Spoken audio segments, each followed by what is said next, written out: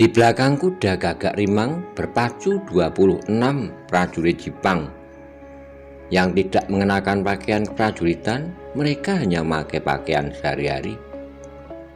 Kuda-kuda itu berpacu berurutan, debu pun mengepul dari derap kaki kuda yang semuanya berlari kencang. Kanjeng Adipati maju Gagak Rimang, supaya sore nanti kita sudah sampai di Kudus, kata Andarpati dalam hati. Rombongan prajurit berkuda dari Jepang terus berderap ke arah utara. Beberapa kali mereka memberi kesempatan kuda-kudanya untuk minum serta beristirahat. Dan ketika matahari hampir mencapai puncaknya, mereka pun telah mencapai setengah perjalanan. Berapa saat kemudian, rombongan prajurit Jepang telah berhenti dan beristirahat. Mereka makan bekal yang telah mereka bawa. Panggil Andarpati, Sorengpati, dan Sorengrono kemari, kata Rio Penangsang pada seorang prajurit yang berada di dekatnya. Tak lama kemudian, 3 orang prajurit Jepang itu pun telah duduk di hadapannya. Andarpati, Sorengpati, dan Ko Sorengrono, kali ini tugas kalian adalah berat. Apabila nanti Kanjeng Sunan Kudus tidak bisa memberi jalan keluar mengenai kerisku Kiai Setan Kober yang dikuasai oleh para prajurit Wirotamtomo Kesultanan Demak, maka setelah dari Kudus kita akan bergerak mencari keris itu ke Pesanggrahan Prawoto, ke Pesanggrahan Kalinyamat, atau ke Kadipaten Pajang. Bahkan mungkin keris itu sekarang telah disimpan di penyimpanan pusaka Keraton Demak, kata Aryo Penangsang. Nah, kalian bertiga bersama para prajurit yang lain harus dalam kesiapan tempur. Tiap saat kita bisa bertempur dengan pihak manapun, kata Adipati Jipang. Sendika dawuh Kanjeng Adipati, kata mereka bertiga. Tidak banyak waktu yang mereka gunakan untuk beristirahat. Setelah dirasa cukup, mereka pun melanjutkan perjalanan kembali. Kuda-kuda mereka yang kelelahan terus dipacu menuju Kudus.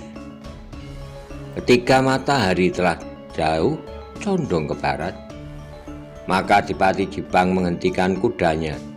Lalu ia pun manggil Andarpati, Sorengpati, dan Sorengrono. Kita sudah sampai di daerah Kudus. Sedikit ke barat adalah Sungai Serang, sedangkan di sebelah utaranya adalah daerah Tanggulangin, kata Aryo Penangsang. Ingat, kalian jangan terlalu dekat dengan jalan yang menuju ke Demak. Kalian harus bersembunyi di hutan. Jangan sampai ada seorang pun yang tahu kalau ada 25 prajurit Jepang bermalam di dalam hutan di Kudus, kata sang Adipati. Baik Kanjeng Adipati, kata Sorengpati dan Sorengrono hampir berbarengan. Aku bersama Andarpati akan bermalam di Panti Kudus dan akan pulang menemui kalian besok siang atau sore harinya, kata Penangsang. Kita berpisah sekarang, ayo Andarpati, ikut aku ke Panti Kudus, kata Rio Penangsang. Sendika dawuh Kanjeng Adipati, kata Andarpati. Sorengpati dan Sorengrono, aku berangkat dulu, kata Adipati Jipang. Silakan Kanjeng Adipati, kata Sorengpati. Saat kemudian kuda Gagak Rimang telah berlari ke arah utara menuju Panti Kudus. Di belakangnya berlari kuda yang ditunggangi oleh Andarpati, pandega para prajurit Jepang. Sorengpati dan Sorengrono kemudian bawa para prajurit Jepang menuju ke hutan di sebelah selatan daerah Tanggulangin, dan mereka pun telah bersiap untuk bermalam di hutan itu. Perjalanan Aryo Penangsang ke Panti Kudus hanya sekejap. Jarak yang tidak begitu jauh hanya ditempuh dalam waktu yang tidak terlalu lama.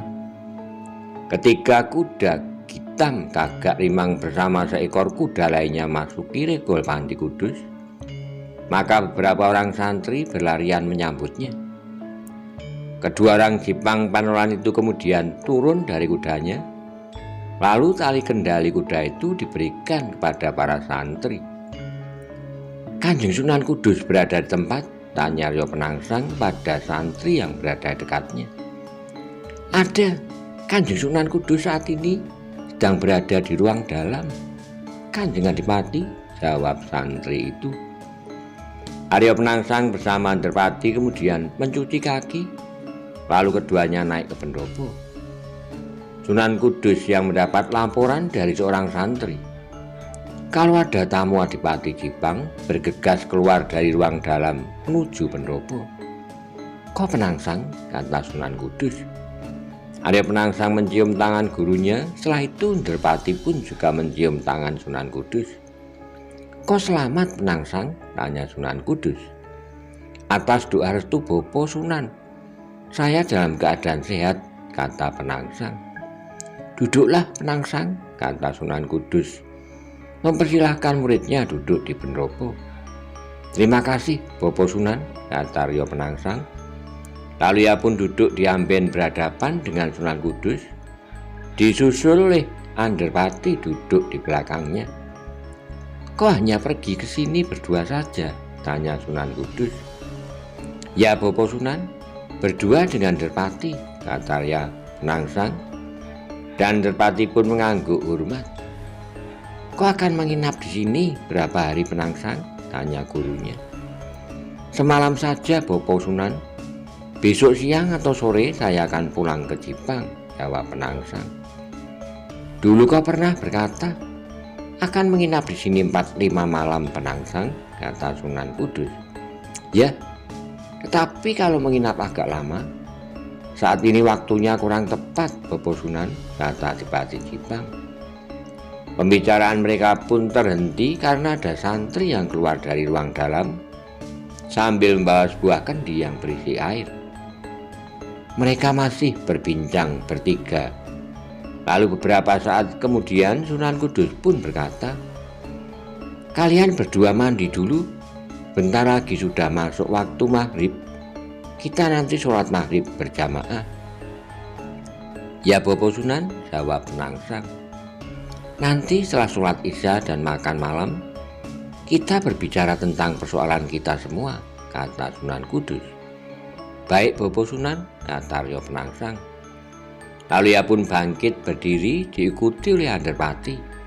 Kemudian mereka berdua berjalan menuju Pakiman. Perlahan-lahan gelap telah menyelimuti kota Kudus.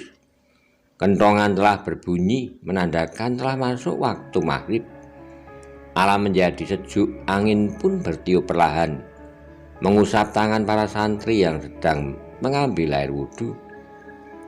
Sunan Kudus yang bertindak sebagai imam memimpin para santri beserta tamunya, Arya Penangsang dan Andarpati, melakukan sholat berjamaah di Masjid Pesantren Kudus. Ketika gelap semakin pekat, setelah mereka melaksanakan sholat isya, Arya Penangsang bersama Andarpati dipersilahkan untuk makan malam. Tak lama setelah mereka selesai makan malam di ruang dalam, terlihat Sunan Kudus sedang duduk dihadap oleh muridnya Arya Penangsang dan pemimpin prajurit Jepang Andarpati. Di hadapan Sunan Kudus, Arya Penangsang bercerita tentang peristiwa yang terjadi di Pesanggrahan Prawoto yang telah menewaskan Sultan Demak dan Prameswari. "Jadi kau yang mengutus Rangkut untuk membunuh Sunan Prawoto?" tanya Sunan Kudus.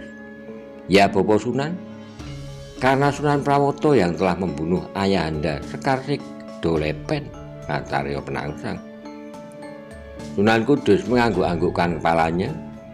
Lalu ia pun kemudian bertanya, "Mengapa Kanjeng Prameswari juga dibunuh? Prameswari tidak ada sangkut paut dengan hutang nyawa Sunan Prawoto kepadamu." "Saya tidak memerintahkan Rangkut untuk membunuh Prameswari, Bopo Sunan," kata Penangsang. "Ya, tetapi kenyataannya Kanjeng Prameswari telah terbunuh bersama Sunan Prawoto," kata gurunya. "Ya Bopo Sunan, tapi tidak seorang pun yang mengetahui apa yang sebenarnya yang telah terjadi." di Pesanggerahan Prawoto. Bahkan Gendon yang telah berhasil masuk ke Pesanggerahan pun tidak mengetahuinya, kata Adipati Jipang. Ya, tapi sekarang semua orang telah mengetahui kalau yang membunuh Sunan Prawoto dan Prameswari adalah kau Penangsang, kata Sunan Kudus. Betul Bopo Sunan, kata Arya Penangsang. Korban telah jatuh dan sekarang kau tidak dapat surut kembali, kata Sunan Kudus. Ya Bopo Sunan, saya tidak akan mundur. Apa boleh buat? Semua akan saya hadapi, apapun yang akan terjadi, kata Penangsang. Mendengar perkataan muridnya, Sunan Kudus hanya mengangguk-anggukkan kepalanya. Kini Kriwikan telah menjadi gerojokan sepeninggal Sunan Prawoto. Dampar Kencana Kesultanan Demak menjadi kosong dan saya adalah keturunan laki-laki dari Yang Patah, kata Arya Penangsang. Sunan Kudus hanya berdiam diri mendengarkan semua perkataan muridnya. Sekarang masalahnya telah berubah menjadi besar. Masalah sekarang adalah masalah tahta Demak yang kosong. Bagaimanakah pendapat Bopo Sunan? Apakah saya berhak menjadi Sultan Demak? Tanya Penangsang. Ya, sebaiknya seorang sultan adalah seorang laki-laki. Kau memang keturunan laki-laki langsung dari Sultan Patah. Adipati Hadiwijaya adalah Pangeran Hadiri, hanya seorang menantu Sultan Trenggono. Sedangkan anak bungsu Sultan Trenggono, Pangeran Timur, masih anak-anak. Apalagi Pangeran Pangiri, anak dari Sunan Prawoto yang baru berusia 5 warso, kata Sunan Kudus. Adipati Jipang Arya Penangsang dan pemimpin prajurit Jipang, Anderpati, hanya berdiam diri mendengarkan perkataan dari Sunan Kudus. Bagaimana dengan kerismu Kiai Setan Kober Penangsang? Tanya Sunan Kudus. Bopo Sunan, justru itu yang akan saya tanyakan pada Bopo Sunan. Apa yang sebaiknya saya lakukan supaya keris Kiai Setan Kober dapat kembali kepadaku, kembali menjadi sifat kandel Kadipaten Jipang, jawab Arya Penangsang. Suasana menjadi hening. Sunan Kudus sedang berpikir keras, mempertimbangkan apa yang sebaiknya dilakukan oleh muridnya yang telah kehilangan pusakanya, keris Kiai Setan Kober. Tidak mudah bagi Sunan Kudus untuk mencarikan jalan keluar persoalan yang dihadapi murid sekaligus kemenakannya yang disayanginya. Betapa pelik dan rumit persoalan yang dihadapi Penangsang, kata Sunan Kudus di dalam hati. Menurut perhitunganmu, saat ini kerismu Kiai Setan Kober berada di mana, Penangsang? Tanya Sunan Kudus. Saya tidak tahu, Bopo Sunan. Keris itu mungkin berada di Pesanggerahan Prawoto, Kalinyamatan, Pajang, atau mungkin dibawa oleh salah seorang petinggi Demak, mungkin Ki Patih Wonosalam atau Ki Tumenggung Gajah Birowo, kata Arya Penangsang. Sunan Kudus pun terpikir, tetapi tetap saja ia belum menemukan jalan yang terbaik untuk menemukan keris itu dan mengembalikannya pada Arya Penangsang. Bagaimana Bopo Sunan? Apa yang harus saya lakukan? Tanya Adipati Jipang. Penangsang, ini adalah sebuah permasalahan yang sangat sulit. Aku belum menemukan jalan keluarnya. Nanti akan aku carikan langkah apa yang sebaiknya kau lakukan. Coba tunggulah besok pagi. Mudah-mudahan ada jalan yang terbaik untukmu, jawab Sunan Kudus. Ya Bopo Sunan, mudah-mudahan besok pagi sudah ada petunjuk dari Bopo Sunan untukku, kata Arya Penangsang. Malam itu Arya Penangsang ditemani oleh Anderpati masih berbincang dengan Sunan Kudus sampai wayah sepi wong. Lalu Sunan Kudus pun mempersilahkan muridnya dan pengikutnya untuk beristirahat di kamar belakang. Suara jengkrik tanpa henti terus terdengar di malam itu. Kadang-kadang diselingi oleh suara burung malam, lalu disusul sayup-sayup terdengar di kejauhan suara gonggongan anjing hutan di arah utara di kaki Gunung Muria. Ketika gelap malam perlahan-lahan digantikan oleh terbitnya matahari pagi. Saat itu di ruang dalam pesanggrahan Kalinyamat, 3 orang sedang berbincang untuk mempersiapkan sebuah perjalanan menuju ke Kudus. "Semua sudah siap, Ki Wasiso?" tanya Pangeran Hadiri pada pemimpin pengawal pesanggrahan Kalinyamat. "Sudah, Pangeran," jawab Ki Wasiso. "Berapa orang pengawal yang akan kau bawa?" tanya Ratu Kalinyamat. "Seperti biasanya, 10 orang pengawal, Kanjeng Ratu," kata Ki Wasiso. "Dalam keadaan yang tidak menentu seperti ini, jumlah pengawal supaya ditambah 2 kali lipat, Ki Wasiso," kata Ratu Kalinyamat. "Baik, Kanjeng Ratu, saya bawa pengawal 20 orang. Jadi dengan saya menjadi 21 orang. Semuanya berkuda," kata Ki Wasiso. "Ya, sekarang kau bersiapkan para pengawal secepatnya," kata Pangeran Hadiri. "Baik, Pangeran, saya persiapkan sekarang," kata Ki Wasiso. Setelah itu ia kemudian keluar dari ruang dalam, memerintahkan tambahan 10 orang pengawal untuk ikut mengawal perjalanan Pangeran Hadiri ke Kudus. Pangeran Hadiri kemudian mengambil sebuah bungkusan yang di dalamnya berisi sebuah keris yang telah menggemparkan telatah Demak Kiai Setan Kober. Mudah-mudahan Kanjeng Sunan Kudus bisa menyelesaikan persoalan ini dengan bijaksana. Yang bersalah akan dihukum, kata Pangeran Hadiri. "Ya," jawab Ratu Kalinyamat pendek. Tak lama kemudian Ki Wasiso naik ke pendopo, melaporkan kalau para pengawal semuanya sudah siap mengawal perjalanan Pangeran Hadiri dan Ratu Kalinyamat ke Panti Kudus.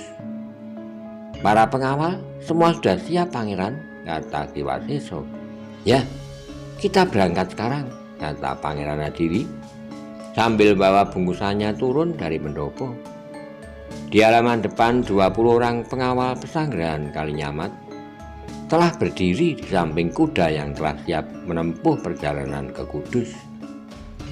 Pangeran Hadiri kemudian naik ke punggung kuda, disusul oleh Ratu Kalinyamat yang juga naik ke punggung kuda lainnya. Setelah itu Ki Wasiso dan para pengawal pesanggrahan segera naik ke punggung kudanya masing-masing. Pangeran Hadiri lalu menjalankan kudanya berlari perlahan, diikuti oleh kuda Ratu Kalinyamat. Di belakangnya berlari kuda yang ditunggangi Ki Wasiso bersama 20 orang pengawal. 23 ekor kuda berlari perlahan menuju Kudus. Angin pagi yang segar mengusap wajah para pengawal pesanggrahan Kalinyamat. Debu pun mengepul dari kaki-kaki kuda yang berderap di jalan yang menuju arah tenggara menuju Kudus. Sementara itu di Keraton Demak, Adipati Hadiwijoyo bersama 4 orang pengikutnya telah bersiap akan menuju ke pesantren Kadilangu. "Kita berjalan kaki saja," kata Adipati Hadiwijoyo. "Baik, Kanjeng Adipati," kata Pemanahan.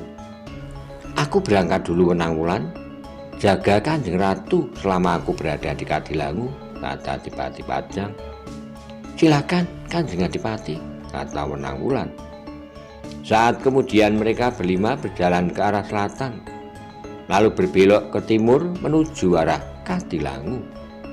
Cuaca pagi hari yang cerah ditambah jarak dari keraton ke Kadilangu yang tidak begitu jauh membuat perjalanan kelima orang Pajang itu berjalan lancar. "Apakah rakit yang dulu ada di tepi Sungai Tuntang masih tetap berada di sana?" tanya Adipati Hadiwijoyo. Keempat pengikutnya tidak ada yang menjawab. Sudah lama mereka tidak pernah bepergian jauh, dan saat ini mereka semuanya tidak mengetahui keadaan di tepi Sungai Tuntang. Setelah mereka berjalan beberapa saat, maka tibalah mereka di tepi Sungai Tuntang. "Itu rakitnya," kata Pemanahan sambil jarinya menunjuk ke sebuah rakit yang tertambat di tepi sungai. 5 orang Pajang itu kemudian berjalan menuju ke tepi sungai, lalu mereka pun naik ke atas rakit. Rakit ini baru saja dibuat. Bambunya masih baru, kata penjawi. Ya, mungkin para santri atau penduduk sekitar Kadilangu yang membuatnya. Sebagai ganti rakit yang lama yang bambunya telah lapuk, kata juru mertani. Lalu ia pun mengambil sebuah galah bambu yang berada di atas rakit, lalu ia pun menancapkan ke sungai. Kemudian mendorong galah itu ke arah belakang, sehingga rakit itu pun bergerak ke depan. Berapa saat kemudian rakit pun merapat ke tepi sebelah timur sungai Tuntang. Lalu mereka berlima berjalan, melanjutkan perjalanan yang tinggal beberapa langkah lagi. Kelima orang pajang itu terus melangkahkan kakinya, dan tak lama kemudian sampailah mereka di depan regol pesantren Kadilangu. Mudah-mudahan Kanjeng Sunan Kalijogo tidak sedang bepergian, kata Adipati Hadiwijoyo. Adipati Hadiwijoyo mengucap salam, dan dari dalam regol pun terdengar jawaban. Setelah itu dua orang santri berlari menuju regol pesantren. Selamat datang di Kadilangu, Kanjeng Adipati Hadiwijoyo, beserta para priagung dari Kadipaten Pajang, kata salah seorang santri yang menyambutnya. Terima kasih.